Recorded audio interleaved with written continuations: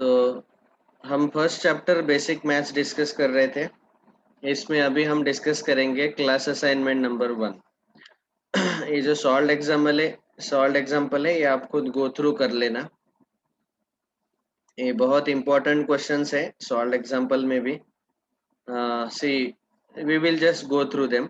Example 1, set A में 3 elements हैं, तो इसके टोटल नंबर ऑफ सबसेट्स कितने आएंगे?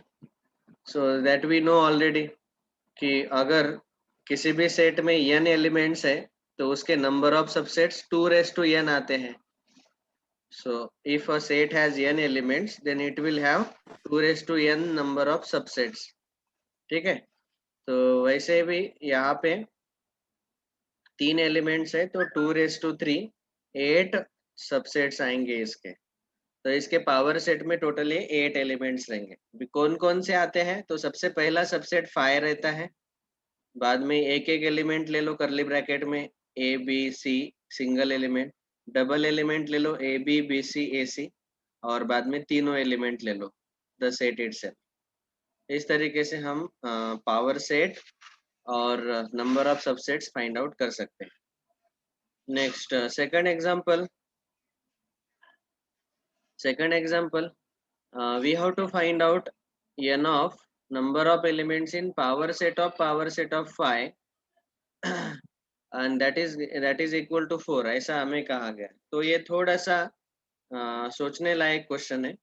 बहुत बार ये थोड़ा सा डिफिकल्ट लगता है स्टूडेंट्स को। Number of elements in power set of 5 ऐसे पूछा गया और वो इक्वल टू 4 आता है, ये हमें प्रूव करना है। तो सबसे पहले हम P ऑफ 5 फाइंड आउट करेंगे। तो अगर ये एक नल सेट है, एम्प्टी सेट है, इसका हमें पावर सेट लेना है। इसका हमें पावर सेट अगर लेना है तो इसमें कुछ भी एलिमेंट्स नहीं है, तो इसका पहला सबसेट आएगा 5 और दूसरा सबसेट आएगा इन करली ब्रैकेट 5 द सेट इटसेल्फ।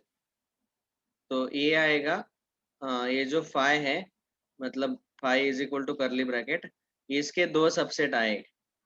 ठीक है, तो ये हो गया हमारा 5 का पावर सेट। इसको अगर हमने करली ब्रैकेट में डाल दिया तो इसको हम डिनोट कर सकते हैं P ऑफ 5।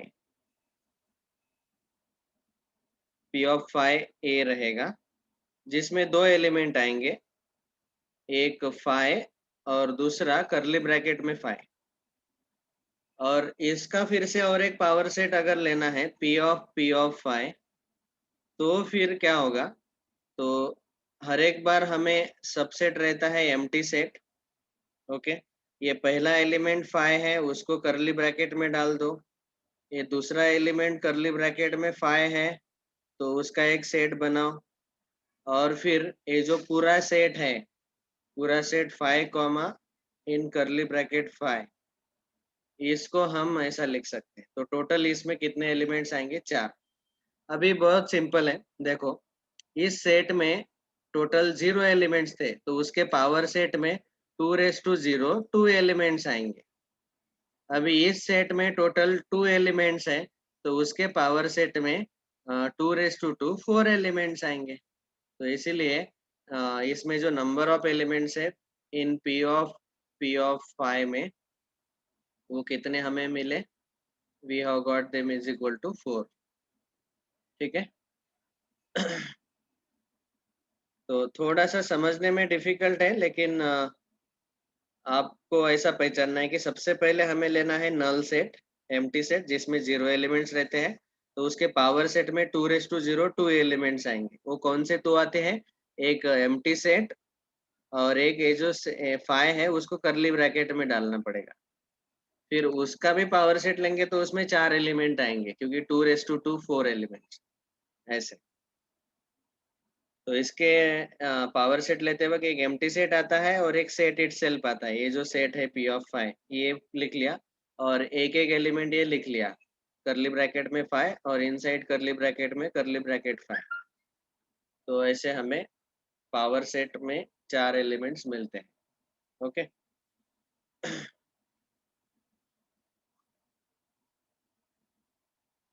बाद में सॉल्व एग्जांपल 3 देखो।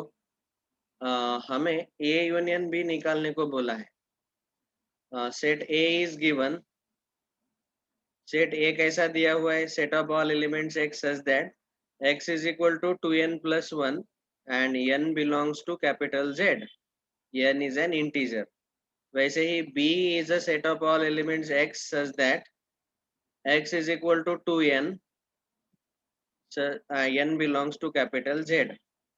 और हमें पूछा गया कि a union b find out करो। तो a यूनियन b, ठीक है, तो a यूनियन b क्या आएगा, देखो n इज एन इंटीजर, तो 2n+1 मतलब ये हमें हमेशा ऑड इंटीजर आंसर देगा, तो सारे ऑड इंटीजर इसमें आएंगे। और b में 2n मतलब इवन नंबर आएगा, इवन इंटीजर, n का वैल्यू अगर हमने यहाँ पे इंटीजर डाला तो सारे पॉजिटिव निगेटिव इवन नंबर्स आएंगे। तो इसका मतलब एक्चुअली स्पीकिंग हम पहले हम लिस्ट बनाते हैं। तो ऑड इंटीजर ये आएंगे +-1, +-3, +-5, ये सारे आएंगे इस सेट में। इस सेट में आएंगे प्लस माइनस, n का वैल्यू 0 पहले ले लेते हैं, 0, +-2, +-4, +-6, ये सारे आएंगे। और दोनों का यूनियन लेंगे तो सब कुछ हमें कंबाइन करना पड़ेगा, तो 0, +-1, +-2, +-3 एंड सो ऑन। तो इसका मतलब इसमें सारे इंटीजर्स आएंगे, तो हम ऐसा भी लिख सकते हैं A union B is capital Z, capital Z में सारे इंटीजर एक साथ आ जाएंगे। ओके, तो ऐसे हम इसको सॉल्व कर सकते हैं। सो एक्चुअली इसको अगर हमें रूल मेथड में लिखना है तो ये z है, तो z इसको लिखते वक्त रूल मेथड में लिखेंगे set of all elements x such that x belongs to z, सारे इंटीजर्स लेने हैं, ऐसा लिखो या फिर वर्ड में लिखो x is an integer, set of all elements x such that x is an integer. ये जो सच दैट का वर्टिकल लाइन है इसके जगह आप कोलन भी लिख सकते हैं, जैसे यहाँ पे कोलन लिखा है बुक में, वैसे भी आप लिख सकते हैं। ओके, बाद में एग्जाम्पल नंबर 4, ये सॉल्व एग्जाम्पल बहुत इंपॉर्टेंट है, इस टाइप के क्वेश्चंस हमें बहुत बार पूछे गए, इसीलिए सॉल्व एग्जाम्पल में वो डाले गए। देखो ये बहुत सही एग्जाम्पल है। Set of all elements X such that X is equal to 3n, n belongs to z। 3n मतलब 3 के मल्टीपल्स, 3 तो हम लिख लेते हैं +-3, +-6, +-9, 3 का टेबल, ये सब पॉजिटिव निगेटिव सारे आ जाएंगे। और सेट बी में हमें दिए हुए हैं x is equal to 4n, 4n मतलब 4 के multiple, n belongs to z। अभी पिछले क्वेश्चन में यहाँ पे +-4, +-8, +-12 ये सारे आ जाएंगे। पिछले क्वेश्चन में हमें यूनियन पूछा था, तो दोनों सेट के कंबाइन एलिमेंट्स करने पड़े हमें, तो सारे हमने एक साथ जोड़ लिए। लेकिन यहाँ पे हमें पूछा गया ए इंटरसेक्शन बी, तो इंटरसेक्शन मतलब कॉमन एलिमेंट्स। तो कॉमन एलिमेंट्स क्या है, कॉमन एलिमेंट्स कौन से आएंगे अभी तो 3 का टेबल और 4 का टेबल दोनों में कॉमन एलिमेंट्स क्या आएंगे, एलसीएम ऑफ 3 एंड 4, इसका टेबल, दोनों का एलसीएम 12 आता है, तो 12 का टेबल हमें लिखना पड़ेगा। तो सीधा सीधा हम लिखेंगे ए इंटरसेक्शन बी में आएगा +-12, +-24, जो कॉमन एलिमेंट्स है जो 3 और 4 दोनों के टेबल में है, तो दोनों के टेबल में आने वाले सारे एलसीएम ऑफ 3 और 4 के टेबल में आएंगे, मतलब 12 के टेबल में। तो 12 1 जा 12, 12 2 जा 24, 12 3 जा +-36, ये आएगा। और इसको अगर हमें रूल मेथड में लिखना है तो ऐसे लिखेंगे set of all elements x such that x is equal to 12n, 12 का टेबल आएगा and n belongs to z, ये आएगा आंसर। समझ में आया, लिस्ट मेथड में ये आंसर आएगा और रूल मेथड में ये आंसर आएगा 12 टाइम्स n, 12 के मल्टीपल्स। देखो 3 के मल्टीपल, 4 के मल्टीपल, इनका कॉमन पार्ट उनके एलसीएम लेने के बाद जो आता है 12, उसके मल्टीपल्स आएंगे। तो ऐसा याद रखना है, जब भी आप कॉमन पार्ट लेते हो तो आपको एलसीएम लेना जरूरी है, ठीक है। नेक्स्ट, ये बहुत सबसे इम्पोर्टेंट क्वेश्चन है, जेडब्ल्यू में इसको कम से कम 10-12 बार अब तक पूछा गया, ठीक है। तो पांचवा एग्जाम्पल अच्छे से समझना है, this is very very important question, इसलिए इनको सॉल्व एग्जाम्पल में डाला है। डायरेक्ट जेडब्ल्यू के क्वेश्चन है वो, उस टाइप के क्वेश्चन बहुत बार पूछे गए।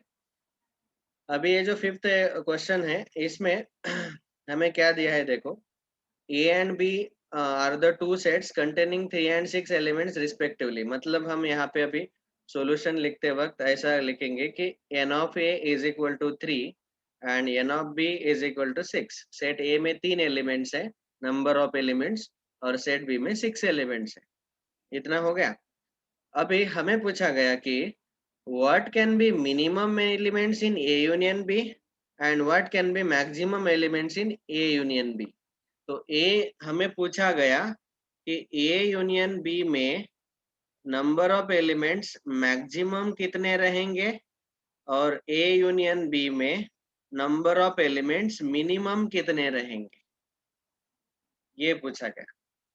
ठीक है, तो अभी देखो हमें पहले ये डायग्राम से समझना पड़ेगा या फिर पहले फॉर्मूला लिख लेते हैं। हमें पता है कि इन N of A union B is equal to N of A plus N of B minus N of A intersection B, ये फॉर्मूला है। अभी इस फॉर्मूला के मैं दो पार्ट कर रहा हूँ। ठीक है, अगर मुझे अगर मुझे ए यूनियन बी मैक्सिमम चाहिए, ये यूनियन भी मैक्सिमम चाहिए, तो इसको मैक्सिमम करने के लिए हमें क्या करना पड़ेगा, जो राइट हैंड साइड है उसको मैक्सिमम करना पड़ेगा। अभी उसको मैक्सिमम करने के लिए जो सब्ट्रैक्ट होने वाला पार्ट है, जो माइनस हो रहा है, उसको कम से कम सब्ट्रैक्ट होना चाहिए ताकि उसका आंसर, ये यूनियन बी का आंसर मैक्सिमम आ जाए। तो हमें ऐसा लिखना पड़ेगा कि N of A intersection B जो है वो मिनिमम आना चाहिए। ये सब्ट्रैक्ट होने वाला जो पार्ट है वो मिनिमम रहना चाहिए ताकि union A union B maximum आ जाए, सबसे बड़ा आ जाए। ठीक है, तो इसीलिए अभी ए इंटरसेक्शन बी को मिनिमम करना है। तो ये पहला पार्ट है। और दूसरा, अगर मुझे ए यूनियन बी को मिनिमम करना है, कम से कम आंसर आना चाहिए, तो जो सब्ट्रैक्ट होने वाला पार्ट है उसको आप बढ़ा दो ताकि आंसर मिनिमम आ जाए। तो ए इंटरसेक्शन बी को मैक्सिमाइज करना पड़ेगा। तो ये दो फॉर्मूले इसी फॉर्मूला से मैंने लिख लिए। ये बहुत ही इंपॉर्टेंट फॉर्मूले हैं, याद रखो। अभी और एक इम्पोर्टेंट चीज, अभी ए इंटरसेक्शन बी के बारे में हम बात कर रहे हैं। तो यहाँ पे मैं दो वेन डायग्राम ड्रॉ करूंगा।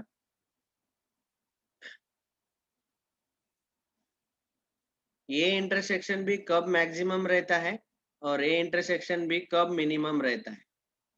तो देखो, यहाँ पे जो छोटा वाला सेट ए है वो मैंने सेट बी के अंदर डाल दिया, और यहाँ पे दोनों सेट ए और सेट बी दोनों अलग अलग लिखे, उनमें कोई कॉमन पार्ट नहीं है। तो यहाँ पे ए इंटरसेक्शन बी जो है ये मैक्सिमम रहेगा और उसमें नंबर ऑफ एलिमेंट्स 3 रहेंगे। और उस केस में आपको याद रखना है कि ए जो है वो कंप्लीटली बी के अंदर रहेगा, it will be the proper subset of B. तभी तो कॉमन पार्ट मैक्सिमम आएगा ना। दोनों में कॉमन पार्ट मैक्सिमम लाने के लिए जो छोटा वाला सेट है वो बड़े सेट के अंदर हमें डालना पड़ेगा। तो ये याद रखना है। पहला केस, ए इंटरसेक्शन भी मैक्सिमम है, वो जो छोटे सेट में जितने एलिमेंट्स है उतना आएगा। और अगर मिनिमाइज करना है कॉमन पार्ट, तो दोनों को पूरा अलग कर दो, तो नंबर ऑफ एलिमेंट्स मिनिमाइज किए हुए जो है वो पूरा 0 आएगा आंसर। ठीक है, तो मिनिमम वैल्यू इसका 0 आएगा। और मैक्सिमम वैल्यू कितना आया, जितने छोटे सेट में एलिमेंट्स थे उतना। छोटे सेट में, छोटा सेट यहाँ पे ए है, बड़ा सेट बी है, तो छोटे सेट में 3 एलिमेंट्स है, तो number of elements maximum common element ज्यादा से ज्यादा 3 ही आ सकते हैं ना। देखो, छोटे सेट में 3 एलिमेंट है, बड़े सेट में 6 एलिमेंट है, तो दोनों में कॉमन एलिमेंट ज्यादा से ज्यादा 3 ही आ सकते हैं, क्योंकि छोटे सेट में 3 तो एलिमेंट प्रेजेंट है। तो ये दो डायग्राम याद रखो। जब भी ए इंटरसेक्शन भी मैक्सिमाइज करना है, हमें मैक्सिमम लेना है, तो उस केस में जो छोटा सेट है उसमें जितने एलिमेंट्स आते हैं उतने एलिमेंट्स कॉमन इंटरसेक्शन में आएंगे, और उस केस में वेन डायग्राम ऐसे दिखेगा। ये पहला केस है। ओके, जहाँ पे ए इंटरसेक्शन भी मैक्सिमाइज आता है। और दूसरा केस ये है कि यहाँ पे दोनों डिसजॉइंट सेट है जिसमें इंटरसेक्शन 0 आएगा, इनका इंटरसेक्शन नल सेट आता है, तो यहाँ मिनिमम आएगा। बस अभी ये दो केस तो आपको पता चल गए, तो अभी फॉर्मूला यूज करो सीधा सीधा, और फॉर्मूला यूज करके आंसर लिख डालो।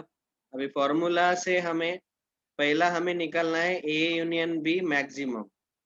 तो हमारा फॉर्मूला है N of A plus N of B minus N of A intersection B minimum. तो एन ऑफ ए हमें दिया हुआ है 3 प्लस एन ऑफ बी दिया हुआ है 6 माइनस ए इंटरसेक्शन बी मिनिमम कितना आता है 0। अभी अभी हमने इस सेकंड डायग्राम में देखा मिनिमम 0 आते हैं, तो 3 प्लस 6 9। तो ए यूनियन बी में मैक्सिमम एलिमेंट्स कितने आएंगे 9। और N of A union B maximum minimum अगर निकालने हैं तो वहां पे N of A plus N of B minus N of common वाले मैक्सिमाइज करो, तभी तो यूनियन मिनिमम आएगा। तो ये आएगा 3 प्लस 6 माइनस ये इंटरसेक्शन भी मैक्सिमम कितना आता है 3। तो 3 plus 6 9 minus 3, answer is 6। Okay, तो ये है आंसर। तो इन्होंने निकाल के भी दिया है कि ये यूनियन बी में मैक्सिमम एलिमेंट्स 9 आएंगे और ए यूनियन बी में मिनिमम एलिमेंट 6 आएंगे। तो पहला आंसर हमारा 9 आया, दूसरा 6 आया। ये सबको समझ में आ गया क्या? यस और नो? बोलो बोलो बोलो बोलो बोलो बोलो। Yes sir. ओके, तो ये लिख लो, अभी पांचवा एग्जाम्पल लिख लो, ये बहुत इंपॉर्टेंट है।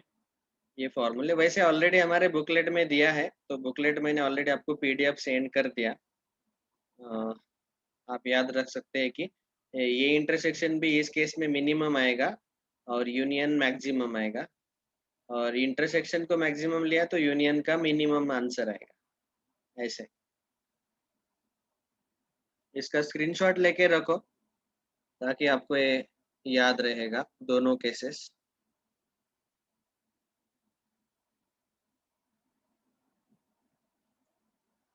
Okay, now today I want all of you to solve both class assignment as well as home assignment। तो देखो, ये अगले 2 दिन आपको बहुत सारा होमवर्क है। क्लास असाइनमेंट में टोटल 16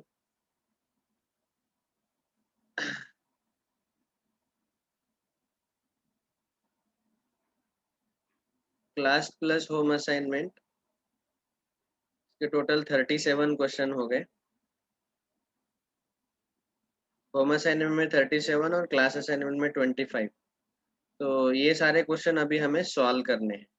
तो इसमें मुझे हर साल अभी पता है कि जिस क्वेश्चन में डाउट आता है वो वाले क्वेश्चन में क्लास असाइनमेंट के डिस्कस कर लेता हूँ, बाकी के आप सॉल्व कर लेना। ओके, आपके पास अभी पीडीएफ मैंने भेज दिया है ग्रुप पे, यू कैन स्टार्ट सॉल्विंग। तो अभी सेट सेट थ्योरी चैप्टर जो है उसका मैंने थोरोली थ्योरी कंप्लीट कर दिया है। नाउ देखो, पहला question, which of the following is true for sets. Sets क्या है? A collection of well defined objects, a collection of objects, a collection of well-defined objects which are distinct and distinguishable, all the above। वैसे देखा जाए तो all the above है, लेकिन हमें most correct answer चाहिए, तो मोस्ट करेक्ट आंसर है ऑप्शन सी। एक ही करेक्ट आंसर आएगा इसमें। ओके, तो ओनली कलेक्शन ऑफ ऑब्जेक्ट्स बोलेंगे तो फिर वो वेल डिफाइंड नहीं रह सकता। Collection of well defined objects तो करेक्ट है, लेकिन हमें पता है कि ऑब्जेक्ट अलग अलग और डिस्टिंग्विशेबल रहने चाहिए, उनका लिस्ट बनाते आना चाहिए। So most correct answer is option C. ठीक है, नहीं तो हम 9th स्टैंडर्ड में वैसे ऑप्शन ए का डेफिनेशन हमने देखा है, वो भी करेक्ट है, लेकिन यहाँ हमें सिंगल करेक्ट आंसर में मोस्ट करेक्ट आंसर टिक करना है, तो मोस्ट करेक्ट है ऑप्शन सी। नेक्स्ट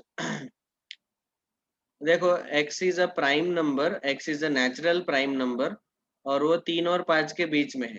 3 और 5 के बीच में ऐसा कोई प्राइम नंबर है क्या? नहीं है, तो इसलिए ये आंसर आएगा void set, option C. Void set, zero set, empty set, null set, पहला टाइप देखा ना हमने, वाइड मतलब नल सेट, एम्प्टी सेट। बाद में ए और बी दिया हुआ है, ट्रू स्टेटमेंट क्या है? देखो बी के दोनों एलिमेंट ए में प्रेजेंट है, तो हम बोल सकते हैं कि B is a subset of A, option B is correct. तो ऐसे आप इजीली सॉल्व कर पाते हैं ये सारे क्वेश्चन, बहुत अच्छे क्वेश्चन है, इससे आपके सारे कंसेप्ट क्लियर होते हैं।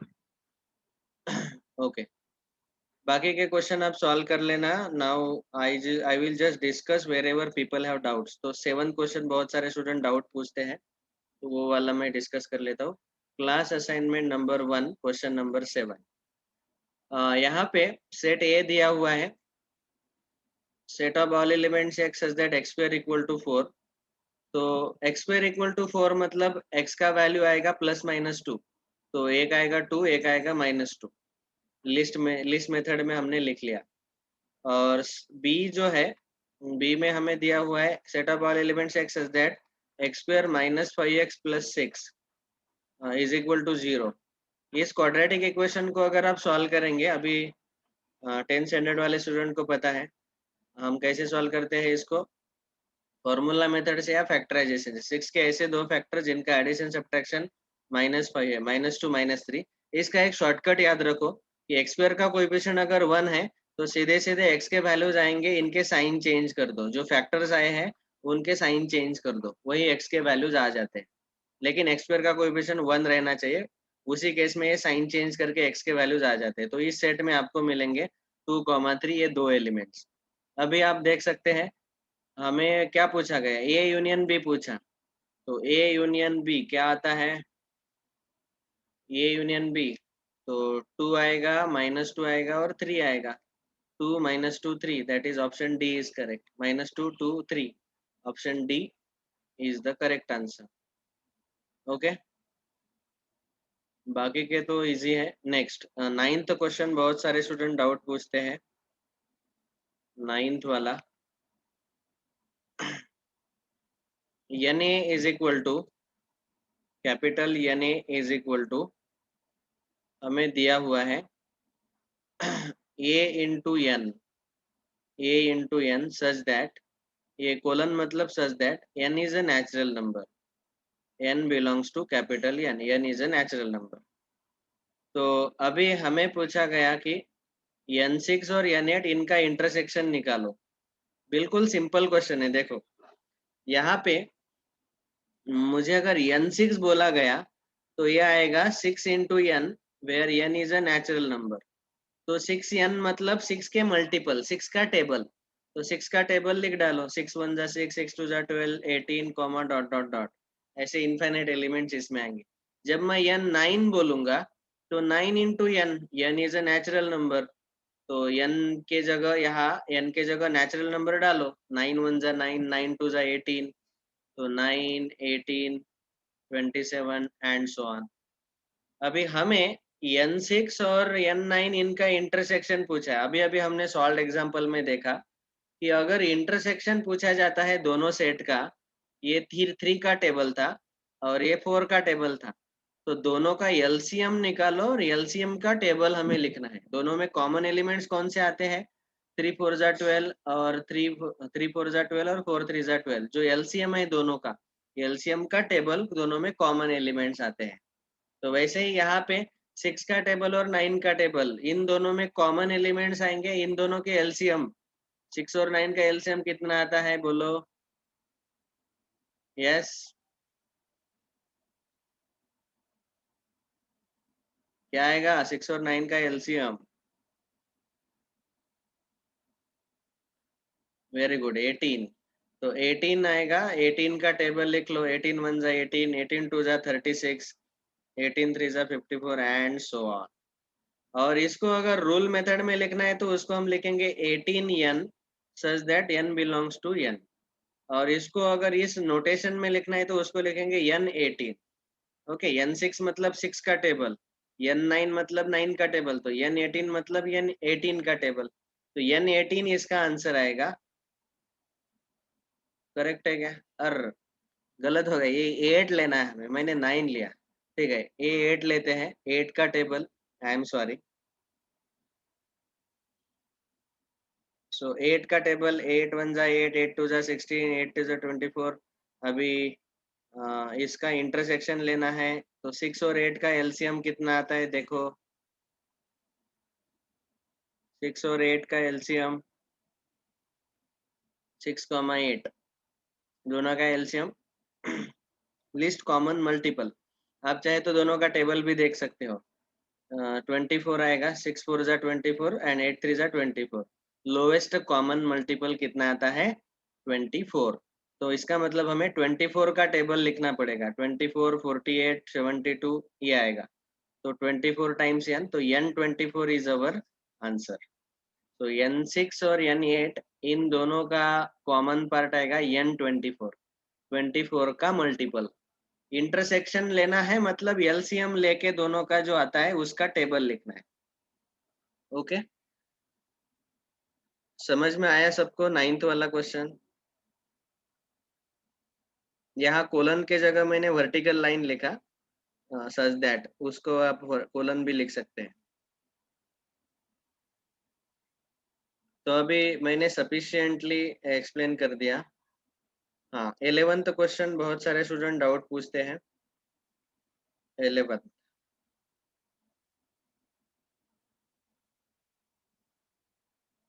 To finite sets have m and n elements respectively.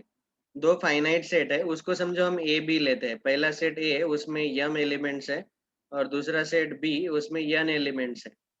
अभी total number of subset of first set is 56 more than the total number of subset of the second set. Number of subset का हमारे पास formula है, number of subsets of A के number of subsets आएंगे 2m, और number of subsets of B आएंगे 2n। पता है ना, अगर सेट में m एलिमेंट्स है तो number of subset 2m, n elements है तो 2n, इतने सबसेट्स आएंगे। इतना हो गया। अभी हमें कंडीशन दिया है कि number of subsets of first set मतलब 2m is equal to 56 more than the total number of subset in the second set. Second set में जितने भी नंबर ऑफ सबसेट है उससे 56 ऐड करो, तो वो आपको 2m मिलेगा। ठीक है, 56 more than the number of subsets in the second set. तो ये इक्वेशन मिल गया। अभी इस इक्वेशन को सेटिस्फाई करने वाले m और n के वैल्यूज फाइंड आउट करो। The values of m and n respectively are. तो अभी ऑप्शन में से उठा के देखो सीधा सीधा। ऑप्शन ए में हमें दिए हैं 7 6, तो यहाँ पे लेफ्ट में 2 7, 2 7। आपको 2 के पावर्स एक्चुअली याद रखने हैं। 2 1 2, 2 4, 2 3 8, 2 4 16, 2 5 32, 2 6 64, 2 7 128, 2 8 इसका डबल 256, 2 9 512 और 2 10 1024। ये 10 के 10 नंबर याद रखो। अभी 2 7 128 आएगा, तो 128 इज इक्वल टू 2 6 कितना आता है? 2 6 64, 64 प्लस 56, दोनों का आंसर मैच हो रहा है का इक्वल नहीं आ रहा है, मतलब ये आंसर हमारा गलत है। बी, लेफ्ट हैंड साइड में 2m है, बी में क्या दिए है? 6 3। तो एम एन के वैल्यूज, एम का वैल्यू 6 अगर डाला मैंने तो 2 6 32 आएगा लेफ्ट हैंड साइड, और सॉरी 64 आएगा। और 2 3 प्लस 56, 8 प्लस 56, ये 64 आता है। तो दोनों लेफ्ट हैंड साइड और राइट हैंड साइड इसके लिए ट्रू आ रहे, तो m और n के वैल्यू 6 और 3 आएंगे। हमने क्या किया, ये जो कंडीशन है इसमें m कॉमा n के वैल्यू सब्स्टिट्यूट करके देखा, लेफ्ट हैंड साइड और राइट हैंड साइड किसके लिए करेक्ट आता है, तो 6,3 के लिए करेक्ट आ रहा है। m का वैल्यू 6 डाला तो लेफ्ट हैंड साइड 64 आ रहा है, और n का वैल्यू 3 डाला तो राइट हैंड साइड भी 64 आ रहा है। तो इसीलिए m और n 6,3 रहेंगे। So option B is correct. Okay, तो ये ऐसे कंडीशन बनाओ और फिर वहाँ ऑप्शन देख के चेक करो कि m और n कौन से सेटिस्फाई करते हैं। ये था क्वेश्चन नंबर 11। All right. हाँ, ये वाला जो अभी अभी हमने देखा 13th क्वेश्चन भी बहुत सारे स्टूडेंट, इस 13 क्वेश्चन में एन ऑफ ए 10 है और एन ऑफ बी 15 है। ये छोटा सेट है, ये बड़ा सेट है। अभी हम ही पूछा गया कि N of A union B अगर मैंने x लिया तो ये x का वैल्यू कहाँ से कहाँ तक आएगा? तो आपको पता है कि ए यूनियन बी जो है उसका मैक्सिमम वैल्यू अगर निकालना है तो हमें फॉर्मूला है N of A plus N of B minus N of A intersection B minimum. तो यहाँ आएगा 10 प्लस 15 माइनस मिनिमम इंटरसेक्शन 0 रहता है तो 25 आएगा। तो x का मैक्सिमम वैल्यू 25 आएगा यूनियन का। और यूनियन का मिनिमम वैल्यू निकालते वक्त हम क्या करते हैं? मिनिमम वैल्यू निकालते वक्त इंटरसेक्शन को मैक्सिमम करते हैं। N of A plus N of B minus N of A intersection B maximize कर लेते हैं। तो इसको मैक्सिमाइज करेंगे तो ये आएगा 10 प्लस 15 माइनस 10 तो 15 आएगा आंसर। तो 15 से 25 तक इसका वैल्यू रहेगा। So option number A is correct. Sorry B is correct. Equal to भी रहना चाहिए ना, यहाँ पे इक्वल टू नहीं है। So option B is correct.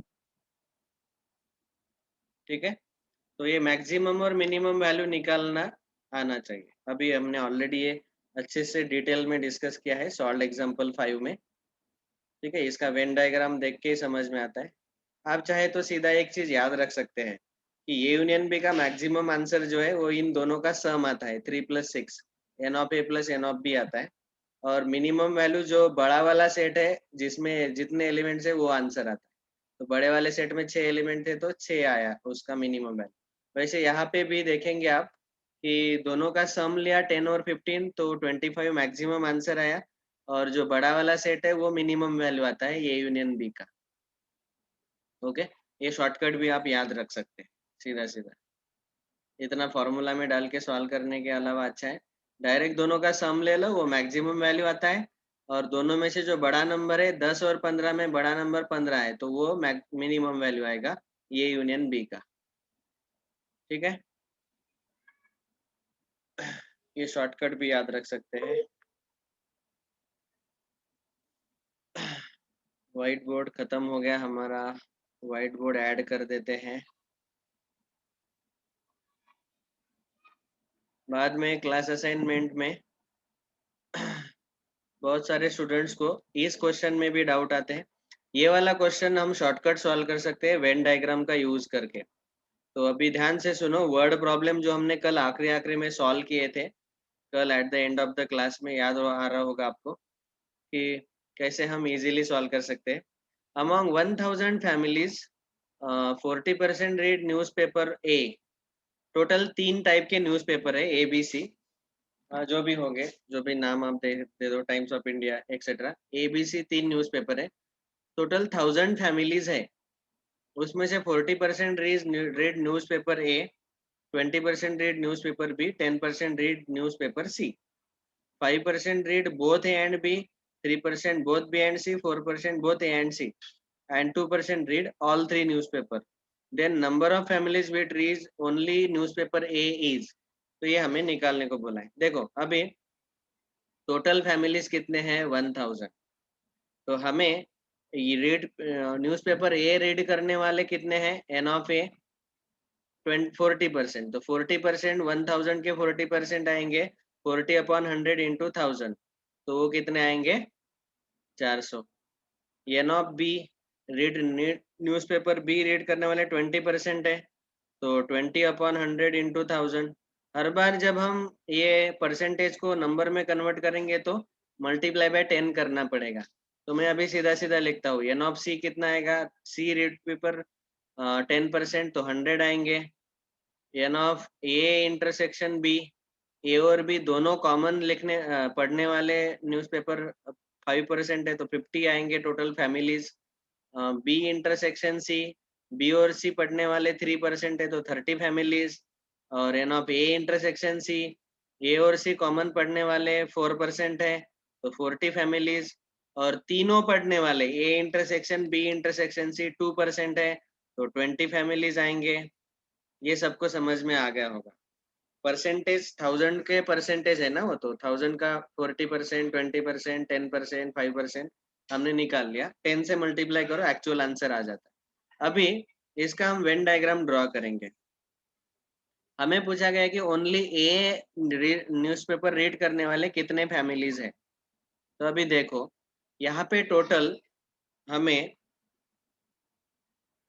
ये 1 2 3 4 5 6 7 8 8 ब्लैंक स्पेसेस मिल रहे हैं। ये समझो सेट ए है, सेट बी है, सेट सी है और ये यूनिवर्सल सेट है। तो टोटल 8 ब्लैंक स्पेसेस मिल रहे हैं। 1000 फैमिलीज है, उसमें अभी हमें नंबर फिलअप करने हैं। तो नंबर फिलअप करते जाएंगे। तो तीनों में कॉमन वाले पहले ये फिलअप करो। तो ये 20 है, तीनों में कॉमन 20, एबीसी में कॉमन। ओके, अभी देखो ए और बी दोनों में कॉमन जो है वो 50 है। उसमें से 20 यहाँ पे तीनों में कॉमन ले लिए तो यहाँ 30 आएंगे, 30 आएंगे। बाद में बी और सी में कॉमन 30 है, बी और सी में कॉमन 30 है, वहां से 20 यहाँ चले गए तो यहाँ 10 बचे, बी और सी में कॉमन यहाँ 10 बचे। तो ये जो 8 ब्लैंक स्पेसेस है उनको हम नंबर से फिलअप कर रहे हैं। ये ब्लैंक स्पेसेस जो है मैंने ब्लू से दिखाए थे उनको मैं हटा देता हूँ, अभी कंफ्यूजन नहीं होगा फिर। तो आपको ये समझ में आ रहा होगा कि यहाँ 20 कॉमन तीनों में है।